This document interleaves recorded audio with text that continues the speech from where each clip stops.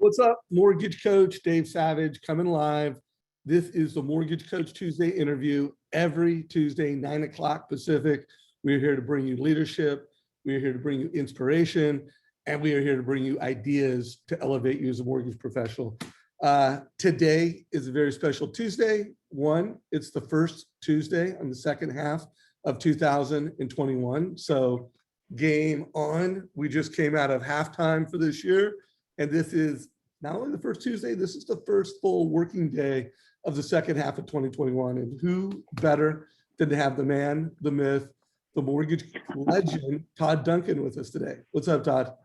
Hey, man, happy July 6th. And Dave, there's another specialness about today's date, because on July 6th, 1992, I launched the Duncan Group.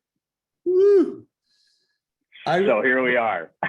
So Todd, just to flashback, I started following you when it was, I don't know if it was Pratt and Duncan or Duncan and Pratt, but when that was there, and I think you guys were doing some special training for the Hammond company, Tom Hammond's company, and it wasn't available to the public. And I was like young, hungry, wanted to get to the next level. And I wanted to go to that event so bad. I think I interviewed with the Hammond company, and I almost like snuck in to your private event. And then I think a year or two later, you launched Sales Mastery, and I didn't have to sneak in. Oh, it's beautiful. And I think you and one other guy in America have been to every one of them. So it's pretty exciting, Dave. Pretty exciting. Always good to be with you and the mortgage coach community too. Well, it's good to be with you. And for any new loan officers out there, Mortgage Coach was launched from the Sales Mastery stage. I had the opportunity I think I spoke on a panel the year prior to launching Mortgage Coach, but I think it was 1996 or 1997 that we launched Mortgage Coach into the wild, and that happened on Todd Duncan's stage. So as always, Todd, thank you for your leadership, and then thank you for the amazing community, the Sales Mastery community that you've created. So this is an interesting year, and I quite frankly can't think of a time. I had coffee this morning with Patrick Palmer, and we were just catching up. He lives down the street from me, and I, one of the questions I ask when I'm with a very elite leader like him is, hey, what do you think is going to happen between now and next year? And he's like, Dave, I don't know. He's like, it's a crazy time in the mortgage space, and I'm not going to list all the wildness that's gone on over the past 18 months. But I think it's safe to assume it's a really important time for your career. If you're new, it's critical. And if you've been doing this for a decade or two, it's never been more important that we're doing the right things right. So Todd, you had the idea of talk less, sell more. And so I guess I just have you, I don't know if you want to start with just speaking to why is that the title of today's conversation, or what you think is going to happen over the next couple months between now and midtime next year. Yeah, thanks. I've been through a lot of these cycles. I know you have too, Dave. And when you look at markets that are a little bit unpredictable, especially coming out of a good run, right? We had a great run in the mortgage space, and it's not entirely over, but it is changing faster than a riptide on an incredible summer day. There's so many moving parts going on right now. There's just so much happening with the uncertainty of the economy. There's so much happening with the uncertainty of rates. There's so much happening with the uncertainty of jobs and employment. There's so much happening with the uncertainty of wages and even just, consumer confidence and things like that. And, one of the things that I learned when I became a loan originator in 1980, if you can imagine, was this idea that it's never really the market that dictates your success. It's what you do in that market. And I think the insurance policy for any market, and I believe this to the deepest part of my core, the insurance policy for any market is trust and attractiveness. And the two things go hand in hand, that if I trust you, I'm attracted to you. And if I'm attracted to you, I'll let you guide me. But if I don't trust you, I'm not attracted to you. And if I'm not attracted to you, I'll find an option. And so when you get down to difficult markets, and when you get down to difficult moments in time, I think there's a kind of a propensity for salespeople to talk too much and to feel like they need to sell the client on using them, and they need to even go so far as to list their accolades and what they've done, and it's very important to know that you have experience. It's very important to know that you're accountable and you're reliable, but it's also more important to know that you're not promoting solely as a vehicle to try to get business. And what we see in a market like today more than ever is conversational productivity is a mandate. And when we talk about conversational productivity, we're talking about how healthy are your conversations? How healthy are your dialogues? And if you don't have healthy conversations and dialogues, you'll lose in any market, but you will lose fast in markets like today. And the other thing I'll just say about that is the early advice I got as a loan originator was, if you want less competition, just really do what they don't do. That is truth. And what competition doesn't do that is truth is they don't connect. They don't connect, they don't convert. And there's a real gap. There's a real gap. And what we know from studies, empirical studies, is when salespeople start to feel that they're losing the momentum of a conversation, they do the one thing they shouldn't do, and that is they speed up how much they say and how much they talk.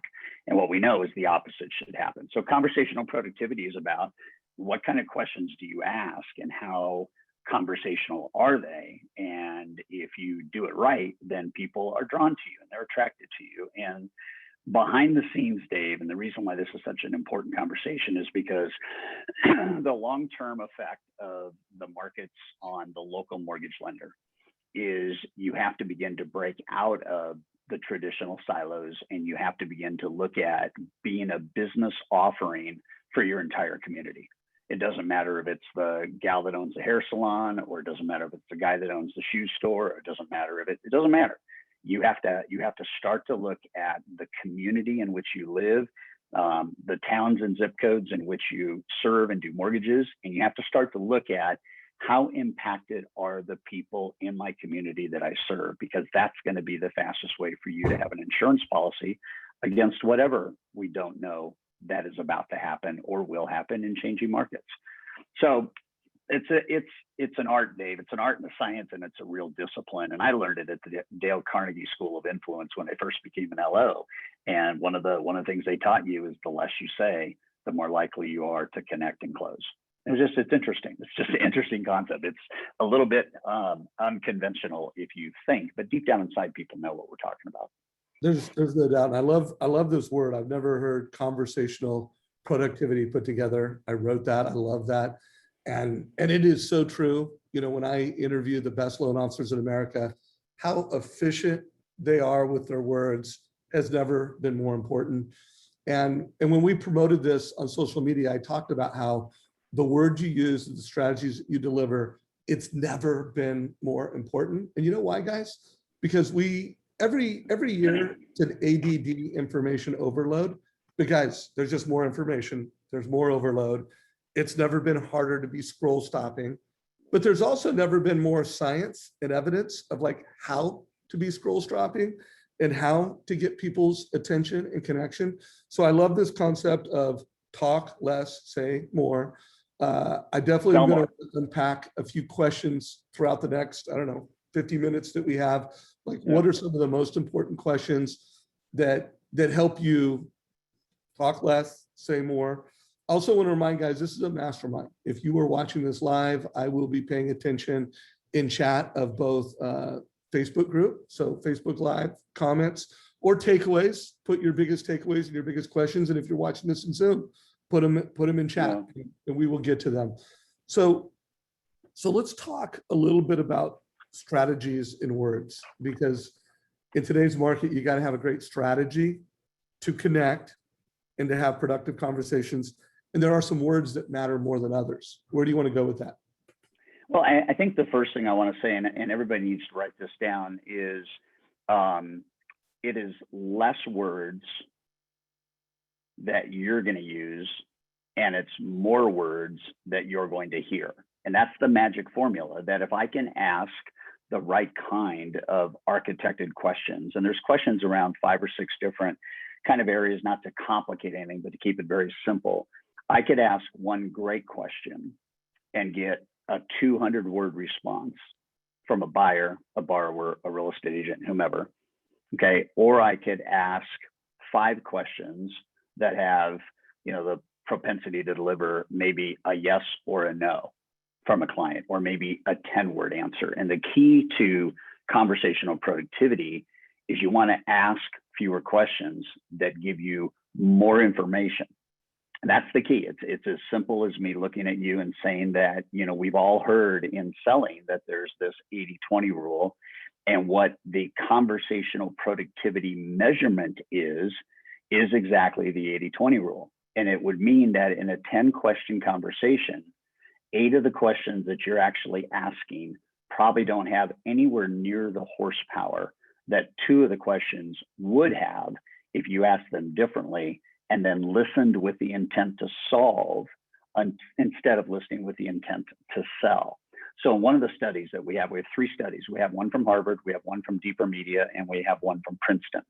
So if I put all those studies together, I'll give you an example of how powerful this concept is. So let's use 100 words that we would normally say as a professional mortgage real estate, salesperson. We use 100 words.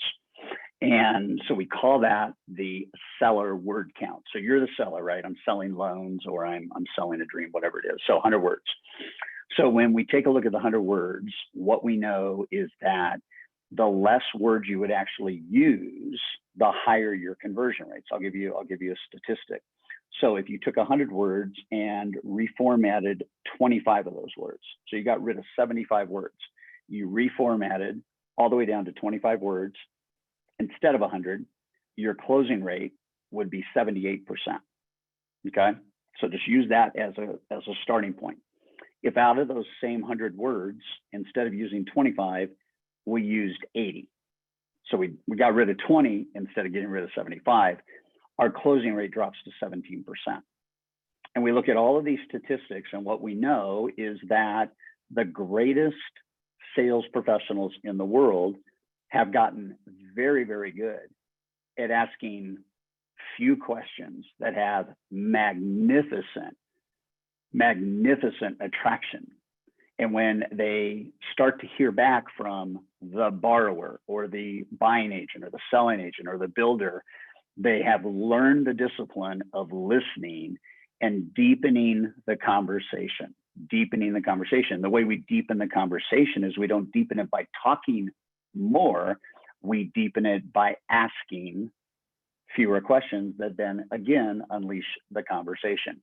So it's a very powerful concept. And I remember the first time that I started to deploy it, it was like, in fact, Dave, I was on the 7th floor of American Savings Bank at the airport in John Wayne, Santa Ana, California.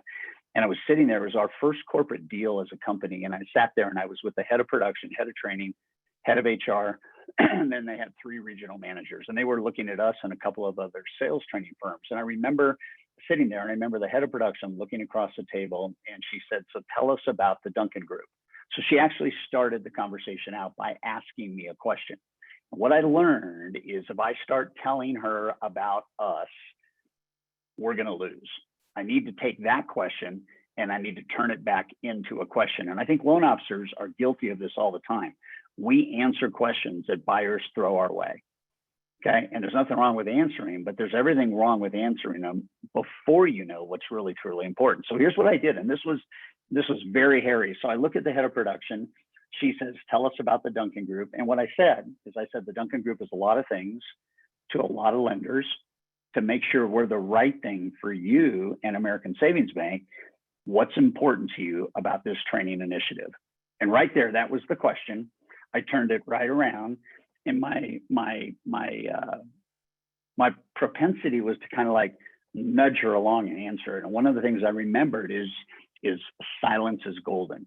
When you ask a question, the longer the silence, the more likely the prospect is really figuring out the right kind of answer that they want to give you. And it felt like a minute, Dave. It was probably 15 or 20 seconds. And within 45 minutes, all 6 people had been answering that question. And we ended up showing them what we thought we could do. And 2 weeks later, we got the biggest contract of our career, of our company at that point in our career. And it was just an interesting dialogue because The other two vendors that lost out, they talked themselves way out of a sale. They started talking about things that didn't matter to the bank, started talking about things that weren't relevant to the bank, started talking about things that weren't important to the bank. And pretty soon they were gone, we were in.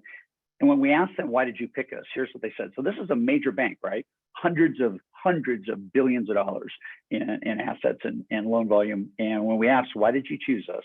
Here's what the head of production said. She said, we felt like you understood what we were looking for.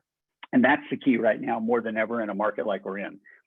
Are you being aware to the point where the prospect feels you really understand them? And that's the power of this whole dialogue. You can't talk yourself out of the sale. You got to be competent. You got to really architect the right questions, and you got to put it out in a way that causes the consumer to go, "Wow, I've never thought about this before." And that's the key of conversational productivity: less questions, more knowledge, less selling, more listening, and then people talk themselves right into using you. It's powerful. So guys, we're 17 minutes of this conversation and we've already got pure gold. What is your conversational productivity? Are you listening to sell or are you listening to solve?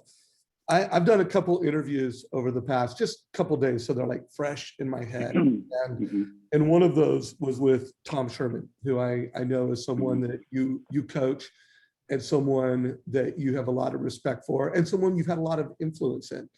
And one of the things in that interview, which, by the way, guys, it was just uploaded today. It's in the Mortgage Coach YouTube channel right now. It's the most recent interview. And Tom is a super successful leader. I know he does about 500 loans annually. And he is just passionate about not just closing a loan for someone, about leaving that person more fiscally literate, more prepared to build wealth with real estate. It's like a transaction's important to him, but that client's financial success is more important to him. And I remember it was in the last, quarter of the call, we did a case study, and he shared a family who was out there shopping for 20% loans. And you can just tell he was humble. It's like, well, let's see what's right for you. And in this particular case, the client ended up saying, hey, I'm going to put lesser down payment. I'm going to invest that money. And he's able to say, hey, let's see what that money looks like performing over time. Let's put a smaller down payment. I think there might have been some MI, but it helped the client achieve their long-term goals. And it made me think, like most loan officers in America, someone calls up and says, hey, I'm looking for 20% down. I got a 850 FICO score. What's your rate? And they're just like, points without points. I mean, they're selling the transaction. They're not like, right. Eh. So what are some ideas you have to help loan officers understand the difference between solving versus selling, and maybe even speak to some of the things that you've taught Tom that you think have put him in that place to really create solutions for people, not just sell loan programs? Yeah. So on this idea, if we stay with the theme of the 80-20 principle and taking a look at less is more, which is really the essence of the 80-20 rule, we then can take it down to where I think most mortgage people, and actually probably most real estate agents, blow it. And where they blow it is they spend too much time discussing and even asking questions around the economics. Okay. And there's nothing wrong with knowing the economics. There's nothing wrong with having a client ask you the questions that are about economics, like rate and payment and product and down payment and things like that. But there's everything wrong with you spending 80% of the conversation on economics. And this is where we get into conversational productivity. Conversational productivity in the mortgage space is to first and foremost understand that people are taking on the largest debt of their life and they're buying the biggest asset of their life. And so immediately what you need to know is that I have to sway my entire dialogue, most of the conversation, to emotion. So here's a rule. If you're talking with a borrower and it's a first-time conversation, 80% of the conversation has to be around emotion and 20% of the conversation can be around economics. If you're having a conversation with a realtor for the first time, 80% of the conversation has to be around emotion and 20% of the conversation can be around economics.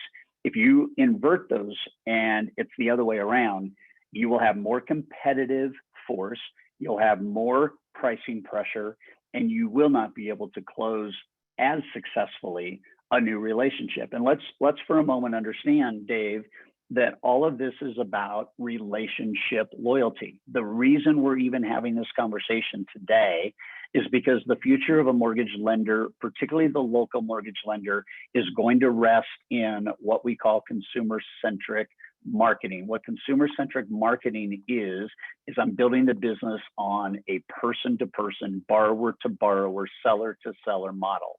I'm not going to rely on traditional models. I'm not going to rely on solely real estate agents feeding my business. I'm going to build a machine around consumer-centric marketing.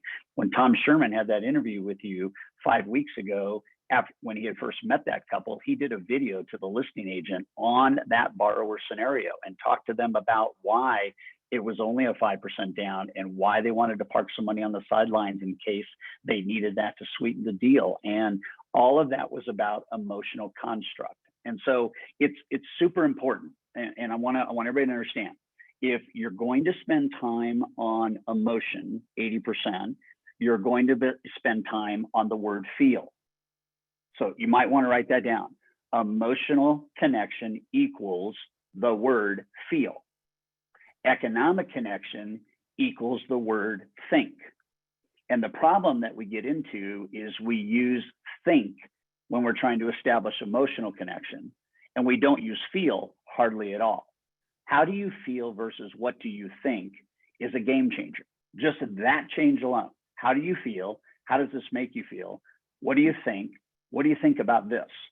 Okay, if I'm using the word think, I'm using logic. That's not the goal. The goal is to understand that in the highest asset purchase and the highest debt accumulation, it is emotion that rules the day. It's not the economics. The economics follow. But if I know the emotion of a buyer and I know what they're looking for, and I understand this around the rules of asking emotionally based questions, then I can come in at the end with logic. And here's what's interesting. If the emotional connection is large, whatever the logical part is, it's pretty much accepted because they trust you and they're attracted to you.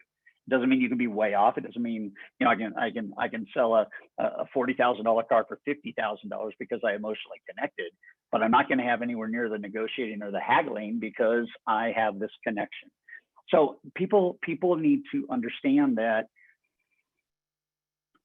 feel is the driving force in relationship loyalty, period. How people feel is far more important than what they think. And if they feel more than they think, then they trust you, they're attracted to you, and the bond is bigger.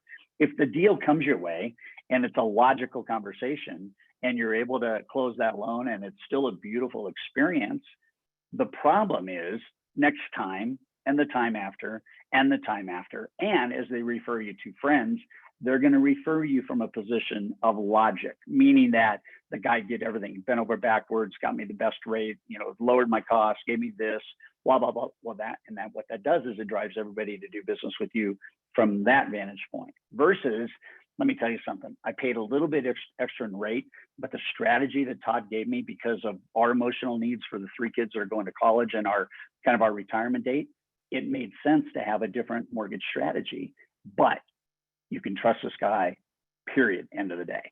And that's the difference between what we're really looking for here. So, you know, questions, here's the 3 rules of asking a great question. You ask the question and you don't lead, you don't prompt, and you don't interrupt. That's the 3 rules of asking a great question. I could say to Dave, so Dave, help me understand what's important about this mortgage transaction to you.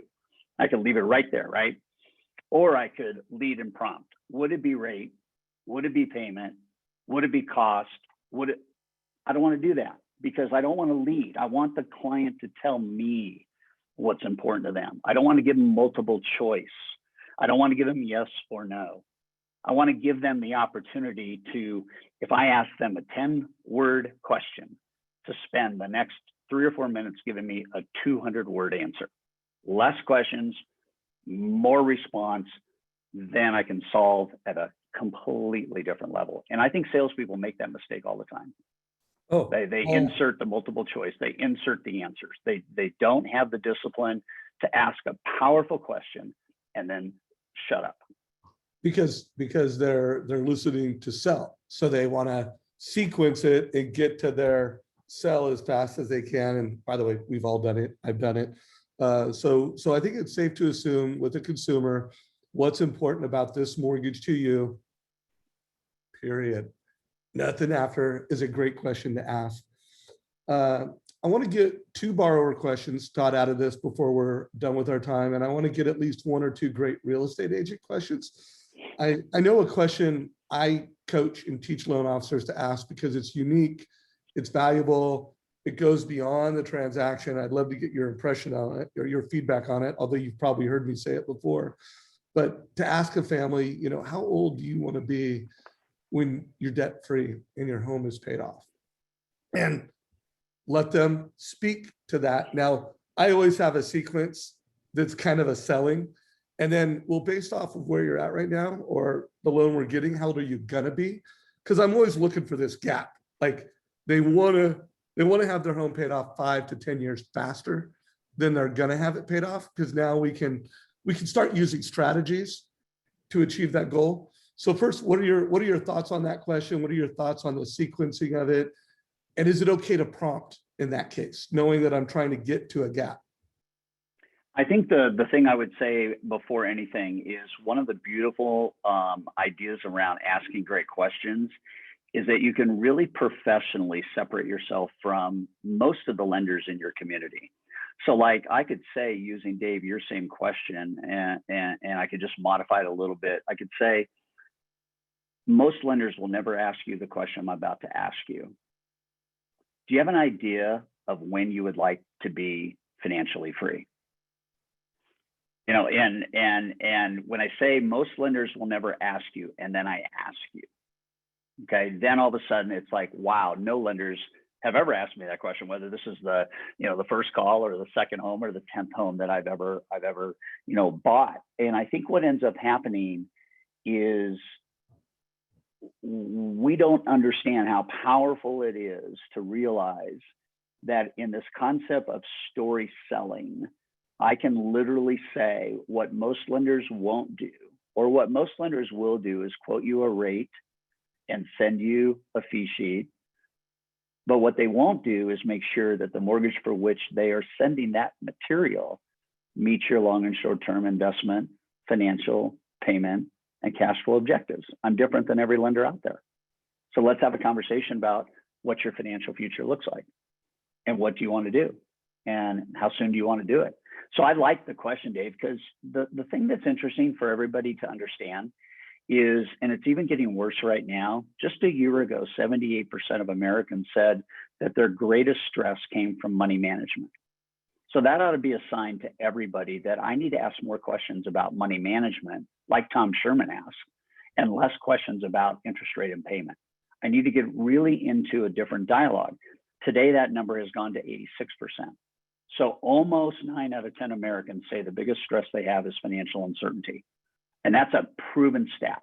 Huffington Post has it at 91, Princeton has it at 88, Harvard has it at 86. That's scary. So yeah, you want to add, and you want to use this with your realtors. Do you know that 9 out of 10 people you're going to be selling a home to claim that financial stress is the biggest stress in their life? If an agent knows that, and you know it, and you guys are lock, stop together and dancing well, the whole conversation is going to be around that type of dialogue, Dave. So I think the more we get, here's the deal: money is a logical conversation, but it provides an emotional ROI, good or bad. If I understand that, if I understand that money is logical, and what money having it or not having it does creates emotional health or sickness, emotional sickness, which is stress coming from mis-money management, then I'm ahead of everybody. And that's what Tom Sherman does. That's what all of our elite guys do. They try to make sure that a 40-minute conversation is 30 minutes emotional and 15 minutes logical. So that's straightforward. So powerful. So we Yeah. are at half time of an epic call. I love the pre-frame you put on that question. So hopefully that's a takeaway for everyone. I want you to think about what are the core questions that are helping a family get more emotional with you and give you the roadmap to solve their problems emotionally and intellectually. One of the things I've done for, I don't know how many years, but before I do interviews, I always do what I call think, feel, do. What do I want the audience to think? What do I want them to feel? And then of course, what do I want them to do? So I want you guys to think about that framework that Todd shared, and 80% feel, 20% think. Now, one other thing I want to wrap around that, I do believe when it comes to a consumer, you need to get them to think, and you need to, that's why mortgage coach and the numbers are important, so that they're clear analytically and emotionally. And then you need to tie it to goals, things beyond the transaction, because the transaction is think. It's very simple, it's very linear. Yeah. But when you go beyond the transaction, you've got them committed. So Todd, within the next 5-10 minutes, I'd love to wrap up, call it the consumer part of the conversation, and get into how do we apply some of these things to realtors. So one, we've got 2 great questions we've given everybody. What's important about this mortgage? How old do you want to be when your home's paid off? What's another good consumer question that's going to drive this whole less is more, think, feel, do? What's another good question for consumers? Well, I think that if we start to look, and I don't want to go as deep as I could go, but there's about 9 categories of questions when you really understand the power of questions. And one of the categories is called pain-based questions. And pain-based questions are usually rooted in fear. And it's not a negative fear. It's not a paralyzing fear. It's just fear. A first-time home borrower has a lot of fear. And our job as mortgage professionals is to calm down the fear and increase the confidence and the calmness of doing business together. So one of the most natural questions to a first-time home buyer is, what is your greatest fear about buying your first home? You want to talk about an emotional question. We come right out of the blocks. I'm not going to avoid fear because I don't want them to be afraid. They're already afraid. It's the biggest deal that they will have ever done in their life to this point. And so let's go with that. Let's ask a question about, so instead of asking what's important about a home loan to you, to a first-time home buyer, they're not going to know any of that. You could assume, and you could say, most first-time home buyers don't understand the difference between an interest rate and a mortgage strategy. Okay, what I'm going to do uniquely and differently from most lenders is I'm going to talk to you about what is the strategy we create for you buying your first home so that you don't have fear and you have calmness and confidence. That gets a first-time home buyer just, I trust this guy, or I trust this gal, right? And so we look at pain-based questions and we go like, another pain-based question is, what is your greatest challenge right now financially? That's a pain-based question. What is your greatest challenge right now financially? And if I'm a mortgage provider, I want to know that. I want to know the greatest pain points you have. And one of them could lead right into Dave's question, which is our greatest fear right now is we have 3 kids that are going to college. I have no idea how we're going to help them with their tuition. And I'm not sure we're saving enough to actually retire when I thought we'd be able to retire. I'm really scared about that. And I'm really worried about that. My response is, that's got to be hard. Being afraid of the future as it relates to money is something that most people borrowing money to buy a home feel. What are your greatest fears right now? And how can I come alongside you and maybe help with that? So those are the kinds of questions that they're pain-based. I can say to a borrower, are you aware? So are you aware questions, just are you aware? And you guys could fill in the blanks, right?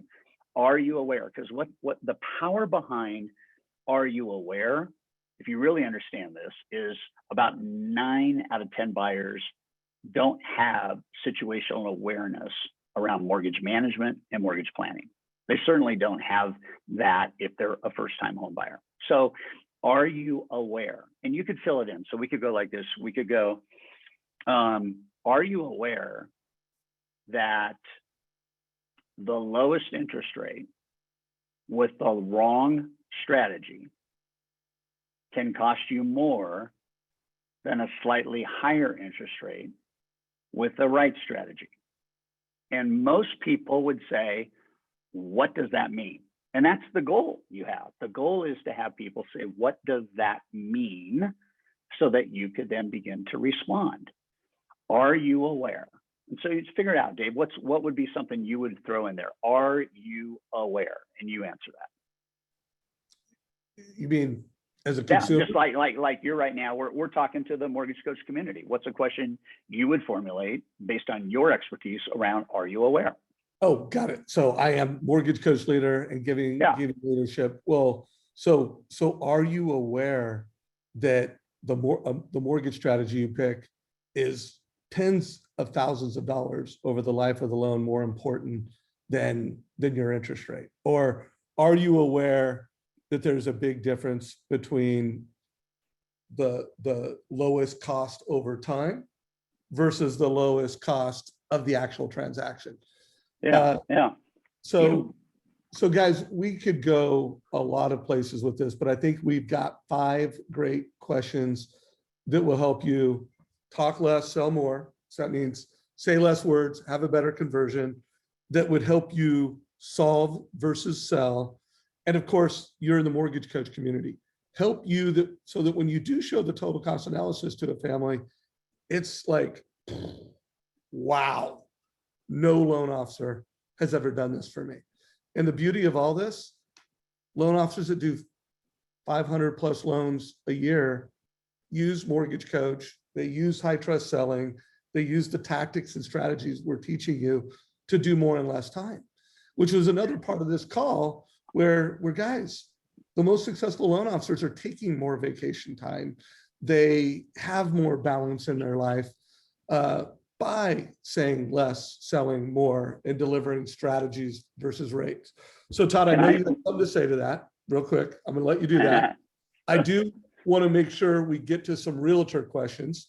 So go ahead and say what you're going to say. And then I want to transition to some, hey, I'm going to have a realtor meeting this week. What are some questions that can ask? But don't go there. Just answer this. And I have one other question. Let me put an exclamation on what you just said. So, I was talking with Denise Donahue this morning, and the mortgage coach community knows her well. And she was on the mastery stage last year. And she came to the High Trust Sales Academy. It was called Boot Camp in 2013. And she had funded $7 million in loans. And last year she funded just shy of $200 million in loans. And one of the things she says is it's about the questions I ask. And I think that's so powerful. And if you saw her social post 4 days ago, it was simply this: what's most important to you? Interest rate, payment, cost of borrowing over time. Those 3 questions were birthed 2 years before you started Mortgage Coach by the Mortgage Mastermind community. And today in 2021, you've got a top producer that's funded $200 million a year who's using the same questions that 90% of the competition doesn't use. And so I want you to really just do a very honest gut check right now. Before Stephen Covey died, he wrote a beautiful book called The 7 Habits of Highly Effective People. That book was in print for 25 years before he died. It's still in print today. It's selling more copies than ever because it works. Habit number 4, seek first to understand before trying to be understood. And that, to me, if I took you back to Selling Basics 101, seek first to understand before you try to be understood. And the problem that most mortgage people and most salespeople, I was on a podcast yesterday with Dustin Brome and Massive Agent. And the biggest problem with agents is they talk too much and they sell too much and they don't ask enough of the right questions. So if you're an agent and you're watching this, or if you're a lender and you want to coach your agents need to stop selling so much, because sellers don't like it, buyers don't like it, and we're not effective. We're not productive. So anyway, that's the end cap there. I'm gonna post in your community. I'm gonna post the 15 questions that we teach in the High Trust Sales Academy. And I'll shoot it over to you, Dave, after we're done. You can post it for everybody. But yeah, spend your life perfecting questions, you guys. Spend your life perfecting questions. Be a questionologist. just figure out what questions rock. So before I ask two more questions, I want you guys to see this. So this is the post he just called out from Denise Donahue. Not only did you get 5 great questions, sounds like you're going to get 15 more, or a total of 15, but this is a post you guys should just borrow and implement immediately. And for everybody in the mortgage coach community, this is a layup to the total cost analysis, because most loan officers, they can tell what the APR is.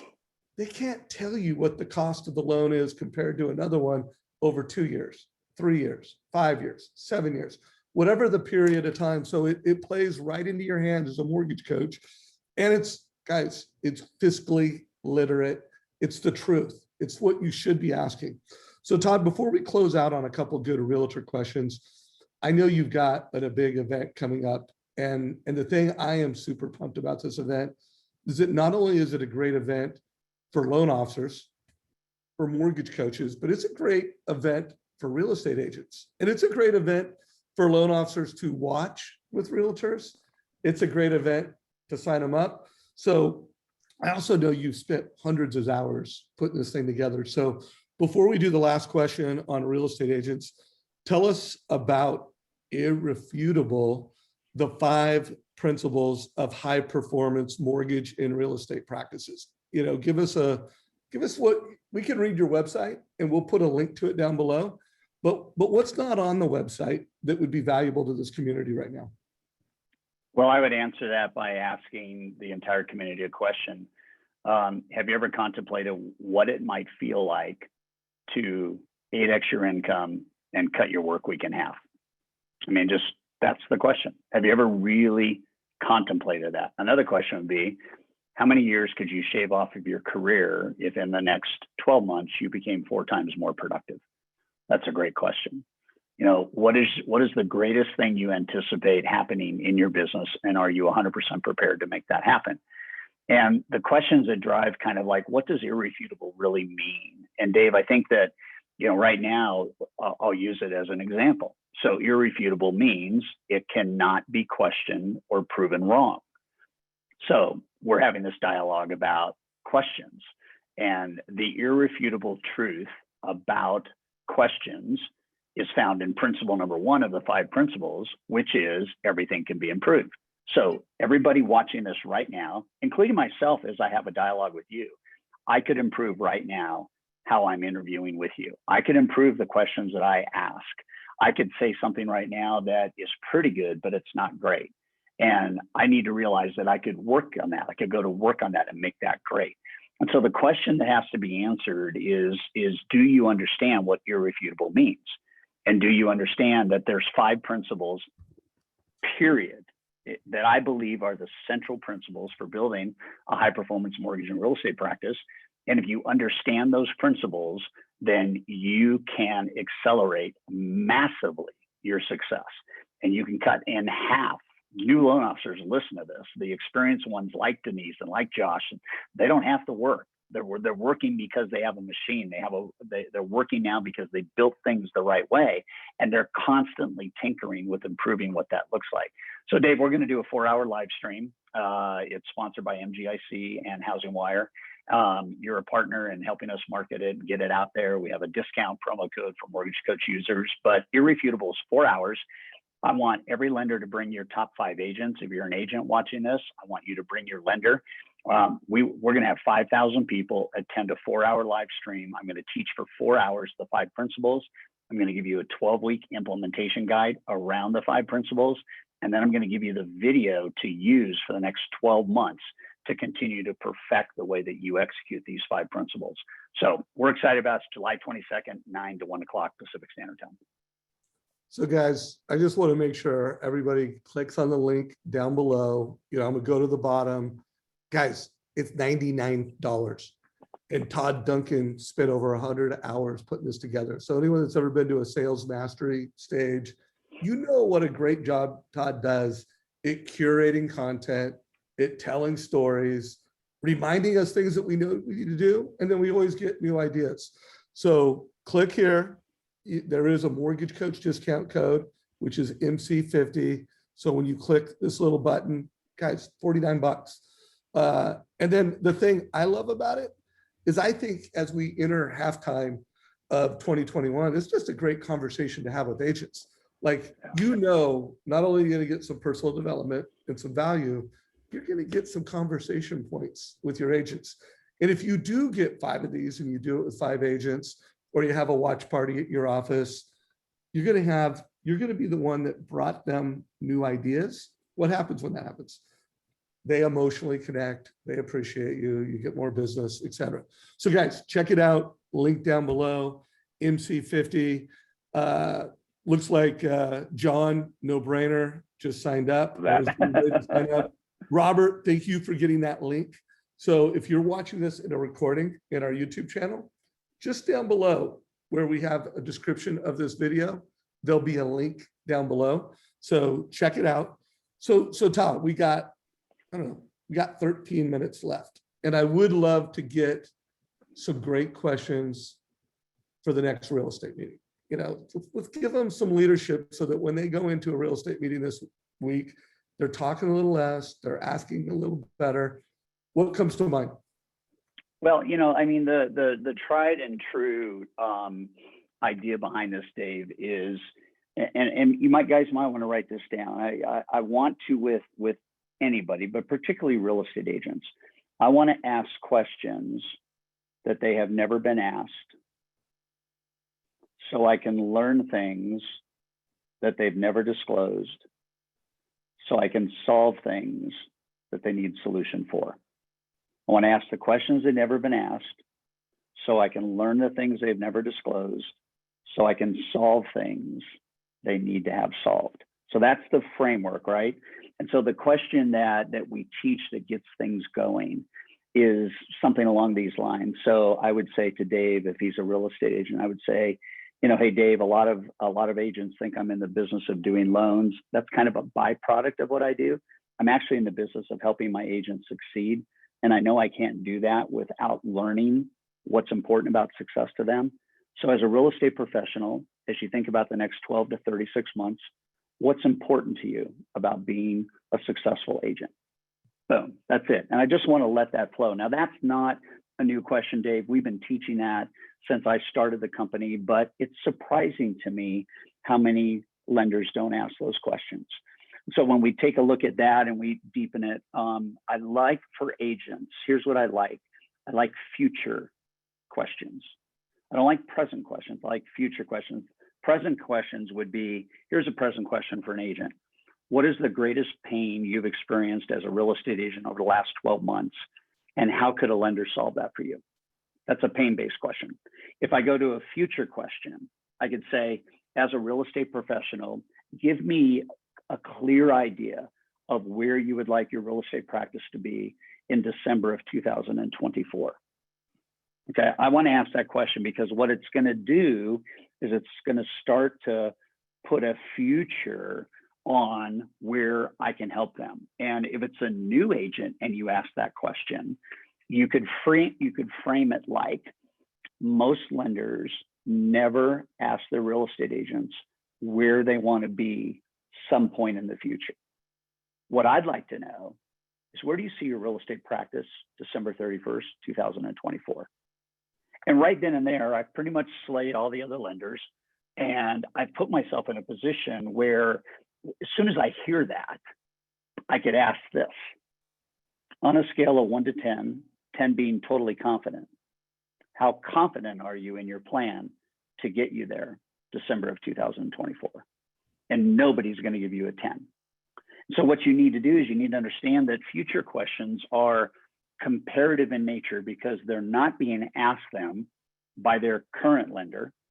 And you're going to start asking them because it fills the need of what's important about being successful to you.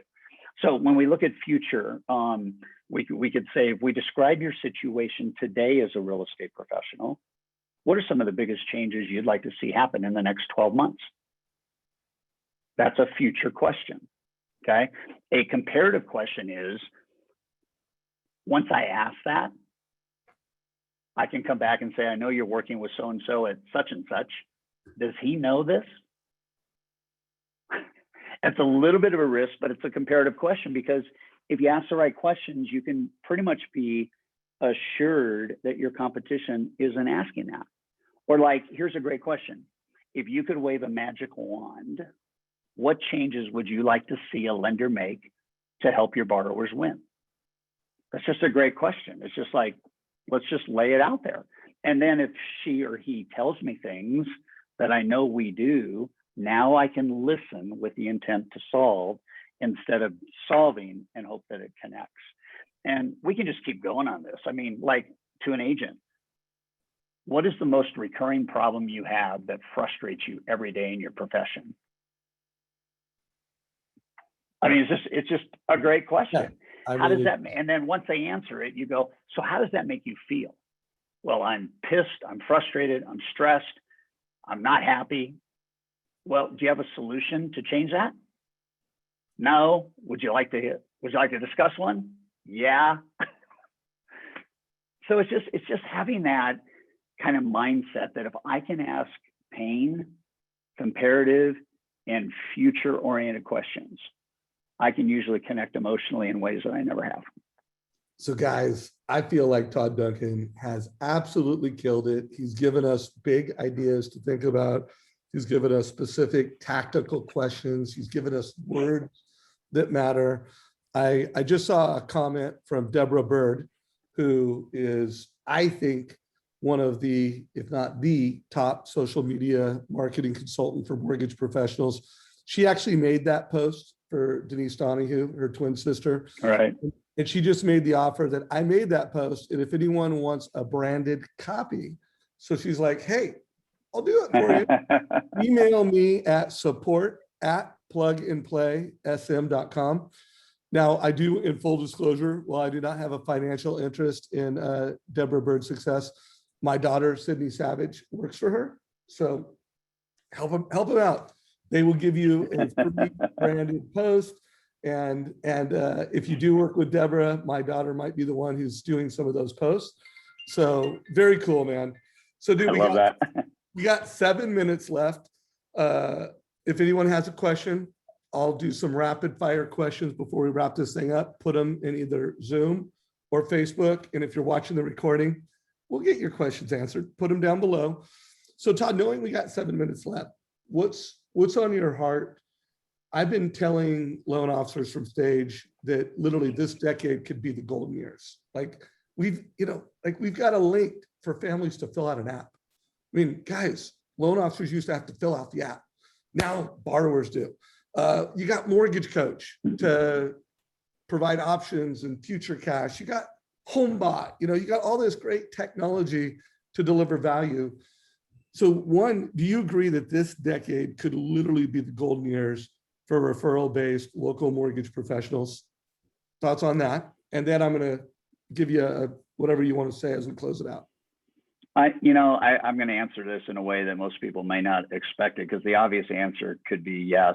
I think what I want to say is I think any decade could be a golden decade for you if you follow the principles that are irrefutable. I mean, I really believe that one of the things I ask people is, would you like to do in 10 years what most of your competitors are going to take 40 to achieve? And 100% of the people, even though they don't know how, would say yes. I believe right now, I'm looking at, and I'm going to teach this in Irrefutable. I'm not going to teach it right now, but I'm looking at 2 documents. And the 2 documents, if you execute what I'm going to talk about in Irrefutable, will create a minimum of $7 million in cash flow for a loan rep every 5 years. So in the next 10 years, if you follow what I'm going to talk about on July 22nd, you could make $14 million in 10 years. And the question would be, would that change your life forever? And the answer is going to be yes. More important than that is if you come alongside an agent and you bring your agents to Irrefutable, I'm going to teach your agents how to make $9.6 million in 5 years. Okay, so that's $20 million in the next 10 years. Would your life be different if your agents relied on you for economic prosperity? And the answer is yes. And would you be able to wake up every day in a different state of mind if you had economic prosperity? And when you look at prosperity, I tell all of my elite guys and gals, this is about being prosperous. I got a text the other day from somebody who said, just got my year-to-date through May. I made $597,000. Through May last year, it was $310,000. Thanks for helping me be elite. I love that. I got a text from one of our elite members in the middle of April. And she said, I cannot believe this, but I just did my Q1 review. I made $504,000 in net revenue to me in the first 3 months of 2021. And I'm scheduled for 2.4 million for the year.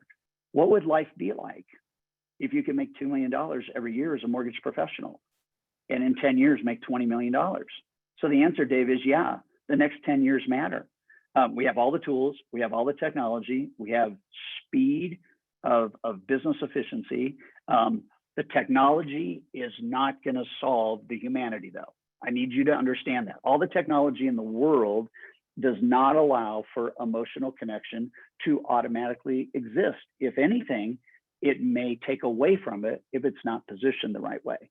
And so, yeah, if we can do more faster because we have technology, fantastic.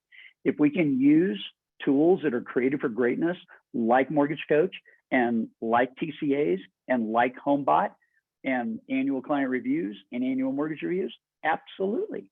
I know guys right now that are making $1 million a quarter doing loans, $4 million a year. And all they're doing is following the 5 principles I'm going to talk about on July 22nd. So super excited, Dave. Thanks for having me on today. Oh, it's been awesome, my brother. So, hey, someone just asked the question, the $50, if they're buying 1 ticket, it lowers the price. If they want to buy 10 tickets, does that lower it $50? Is it a one-time $50 reduction if someone wants to buy 10 tickets? Can you go back to that screenshot? Do you have that handy of the pricing on Irrefutable website? Oh, yeah. Yeah. I was actually. Well, I'll point it out right now because it's a great question. So the individual tickets can be with a promo code, can be $49 each. If we have somebody who desires to buy a block of tickets, stop right there. You can see the $495 per 10. You can buy up to 10 blocks. So you can buy up to 100 tickets for $495 per 10. And then over on the XXX, you can see that if you have, as a leader, if you have 300 plus attendees, it's only $30 a person. If you have 200 to 299, it's $40 a person. And if you have 101 to 199, it's $45 a person. And that's just a group contract. So there's no way you can't get to Irrefutable with a discount. So it's all right there on the website. Well, there you go, guys. Sign up, get the 10 tickets. You know, like this is the biggest no-brainer on the planet. Get 10 tickets. It's 10 great conversations with realtors. 10 times you get to say thank you to an agent. I care about your success. I bought you a ticket. And remember, guys, they not only have the event, you not only get a conversation, but they have it for a full year. So really, if you were really, to me, the advanced students are going to go to this. They're going to take great notes. They're going to become one with it. And then every month, they're going to be giving their agents reminders. Like this is a no-brainer, guys. So I hope lots of you sign up. Mr. Todd, Duncan, thank you so much for the hour of time today. Guys, if you got value from this, give us a like down below. Share this with your mortgage friends. Can't wait to see you in the real world, Todd. Thanks, Dave. Appreciate all you guys. And thanks for letting me showcase this and have a great conversation today. I really value what you're doing, Dave, for the market. I value our history together, and it's great to plug into your group. Hey, I am all in when it comes to high trust selling plus mortgage coach. Yeah. Best decade ever. Take care, y'all. Game changer. See you guys.